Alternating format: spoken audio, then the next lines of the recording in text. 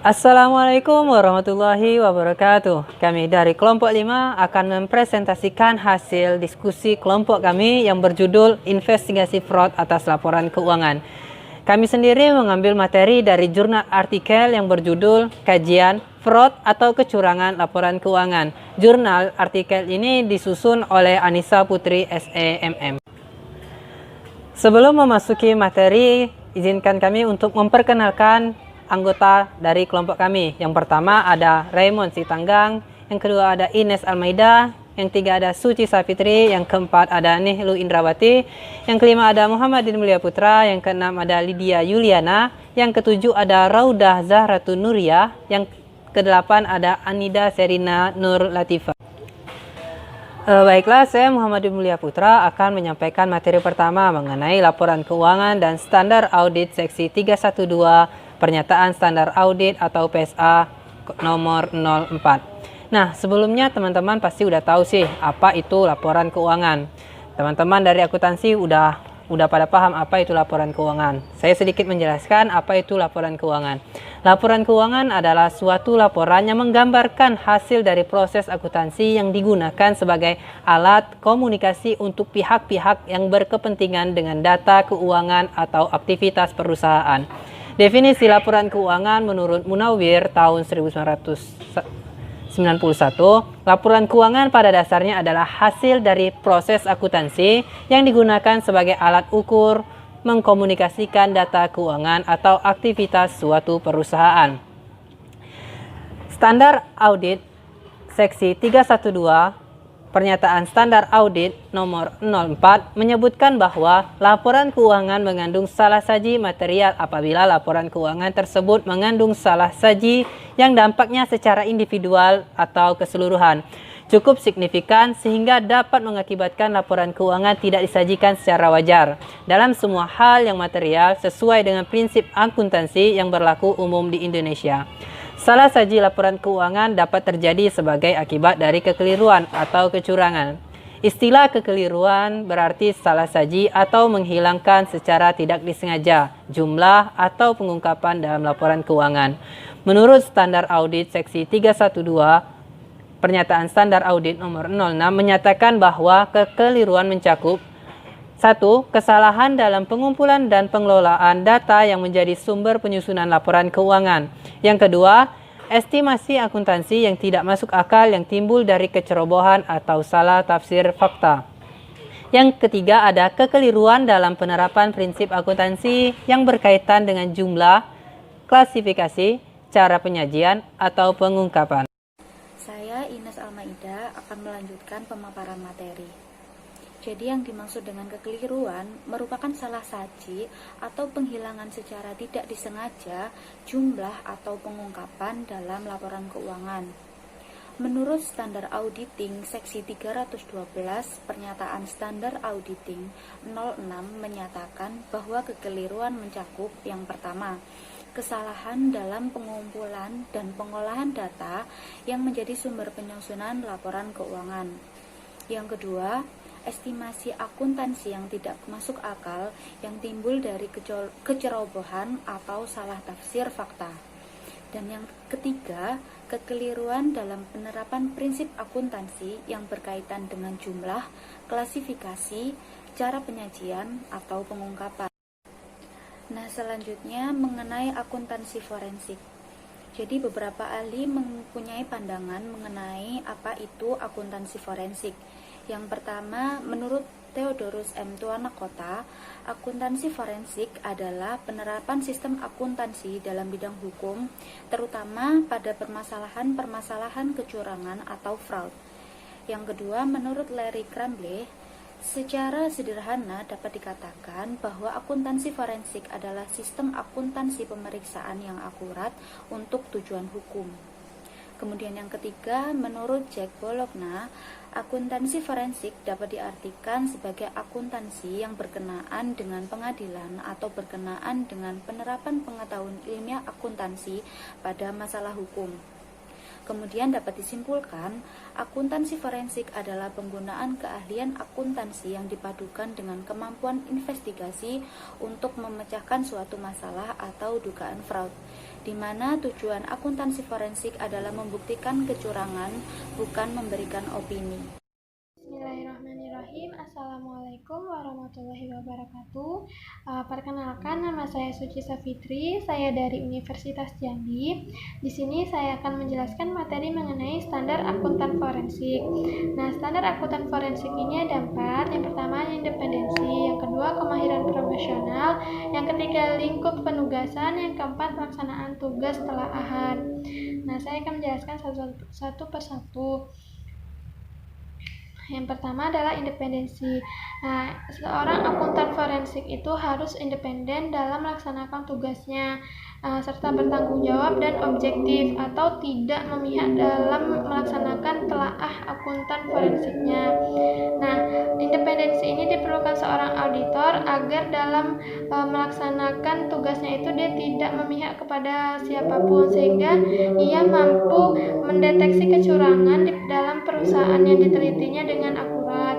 Nah, independensi ini artinya auditor itu tidak mudah dipengaruhi, dan juga auditor itu tidak dibenarkan untuk memihak kepada kepentingan siapapun, dan auditor itu harus mampu dan berkewajiban untuk jujur.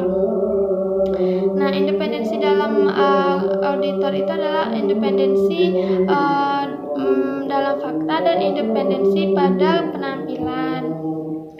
Nah, standar akuntan forensik yang kedua adalah kemahiran profesional, di mana akuntan forensik itu harus dilaksanakan dengan kemahiran dan kehati-hatian profesionalisme.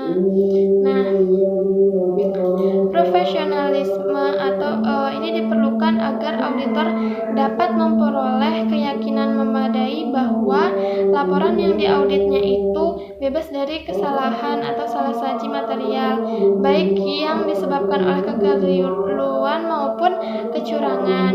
Nah, seorang akuntan publik atau seorang akuntan forensik itu dikatakan profesional itu bila dalam melaksanakan tugasnya itu mampu memenuhi ketentuan yang telah ditetapkan oleh organisasi dan sesuai dengan kode etik dan standar profesi. Lingkup yang ketiga adalah lingkup penugasan, di mana akuntan forensik itu harus memahami tugasnya dengan baik, mengkajinya dengan teliti, dan melaporkannya dalam kontrak. Jadi, akuntan forensik itu harus berkewajiban harus memahami tugasnya apa, di mana dia melaksanakan tugasnya, dia harus mengetahui perusahaan apa yang ia teliti. Jadi dia harus mendalami tugas-tugas yang akan ia laksanakan. Nah, standar akuntan forensik yang keempat adalah pelaksanaan tugas telaahan, di mana akuntan forensik ini harus mampu memahami permasalahan dengan baik, seperti rumusan masalah, perencanaan, dan pengumpulan bukti dan evaluasinya, sampai pada tahap komunikasi. Berhasil penugasan berupa laporan audit yang berisi fakta dan kesimpulan. Jadi pelaksanaan tugas telaahan ini adalah akuntan forensik ini harus memahami permasalahan yang ada, kemudian dia mengumpulkan bukti, kemudian dia mengevaluasinya, sampai kepada tahap akhir itu adalah membuat laporan akhir, serta menjelaskan fakta dan memberikan kesimpulan. Baik, itu saja yang dapat saya sampaikan. Terima kasih. Perkenalkan, nama saya Nil Hindrawati. Jadi di sini saya akan melanjutkan materi dari penyaji sebelumnya, yaitu adalah pengertian fraud. Penyimpangan adalah salah saji atau penghapusan dalam laporan keuangan yang disengaja, yang dalam keadaan demikian para pengambil keputusan merubah keputusannya. Sedangkan fraud atau kecurangan yaitu merupakan penipuan yang disengaja dilakukan yang menimbulkan kerugian tanpa disadari oleh pihak yang dirugikan tersebut dan memberikan keuntungan bagi pelaku kecurangan. Pemicu fraud menurut Steve Albrecht yaitu adalah yang pertama tekanan, yang kedua kesempatan, dan yang ketiga adalah rasional. Nah, selanjutnya akan dijelaskan oleh pemateri selanjutnya. Terima kasih atas waktu dan kesempatan yang telah diberikan kepada saya, dan saya akan melanjutkan presentasi yang sebelumnya disampaikan oleh teman saya, yaitu pada tahap investigasi. Nah, pada tahap investigasi ada yang namanya tahap perencanaan, yaitu perencanaan audit investigatif. dilakukan setelah adanya informasi awal. Kemudian organisasi pengawas membentuk tim audit investigasi. Tugas pertama tim tersebut yaitu menelaah informasi awal tersebut. Lalu tahap pelaksanaan. Pada tahap ini, tim harus memperoleh bukti audit yang memperkuat dugaan tindakan pidana korupsi atau fraud. Dan selanjutnya ada tahap pelaporan, yaitu pelaporan hasil audit investigatif harus memenuhi unsur-unsur, yaitu akurat, jelas, berimbang, relevan, dan tepat waktu. Baik, terima kasih, dan presentasi selanjutnya akan disampaikan oleh teman saya. Assalamualaikum warahmatullahi wabarakatuh. Perkenalkan, saya Lydia Uliana. Saya berasal dari Universitas Jambi. Di sini saya akan membahas tentang unsur-unsur kecurangan. Yang pertama, harus terdapat salah pernyataan dari suatu masa lampau atau sekarang. Yang kedua, fakta bersifat material. Yang ketiga, dilakukan secara sengaja atau tanpa perhitungan untuk tujuan tertentu, misalnya menipu. Selanjutnya, dilakukan oleh orang-orang dari dalam atau luar organisasi dengan maksud untuk menyebabkan suatu pihak beraksi. Selanjutnya, secara langsung atau tidak langsung merugikan orang.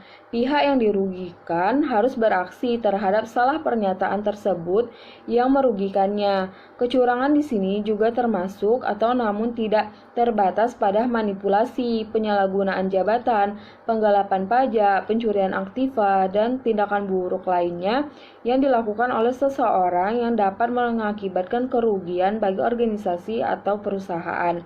Selanjutnya, adanya perbuatan-perbuatan yang melawan hukum. Terakhir, untuk mendapatkan keuntungan pribadi atau kelompok.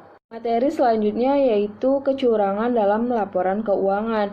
Menurut Undang-Undang Nomor 24 Tahun 2006, dijelaskan bahwa kecurangan akuntansi sebagai salah saji yang timbul dari kecurangan dalam pelaporan keuangan, yaitu salah saji atau penghilangan secara sengaja jumlah atau pengungkapan dalam laporan keuangan untuk mengelabui pemakai laporan keuangan.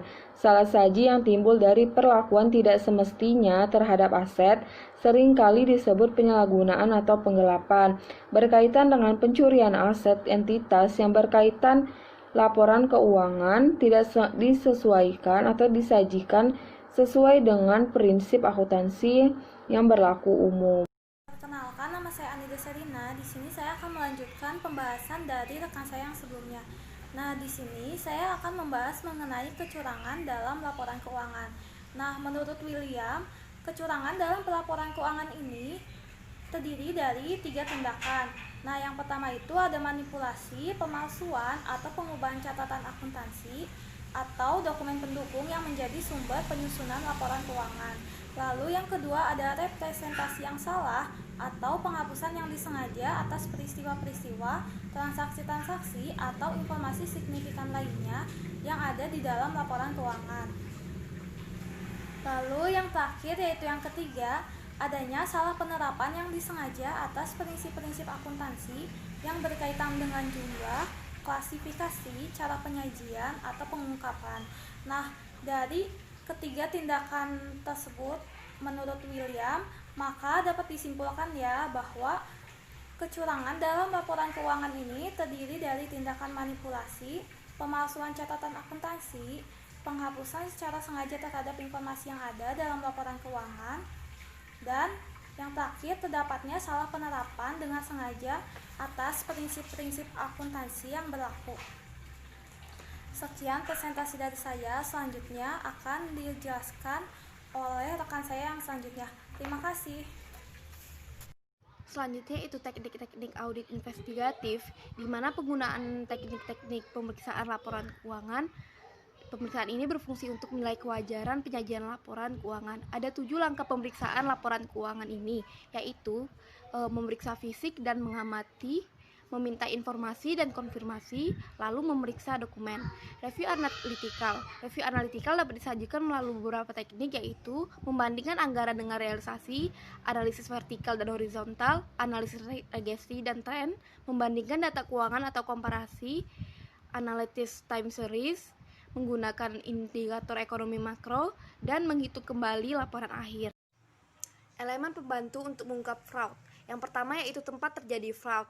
di mana investigator memeriksa dan menginterpretasikan adanya atau terjadinya fraud sehingga dapat menyimpulkan dan merekonstruksikan atau dalam benaknya suatu gambaran tentang jalannya peristiwa. Lalu yang kedua yaitu kemampuan auditor dalam merekonstruksi terjadinya fraud. Diperlukan pengetahuan atau pengalaman bagi investigator untuk menemukan kekurangan informasi. Investigator yang berpengalaman akan dapat melihat indikasi mengenai adanya fraud yang pada gilirannya dapat menunjukkan perbuatan dan motivasi pelaku fraud. Yang ketiga yaitu pengetahuan dari orang yang mengetahui peristiwa fraud, di mana informasi dari orang atau pihak yang mengetahui atau yang menyaksikan terjadinya fraud sangat penting untuk menguji kebenaran fakta yang ada.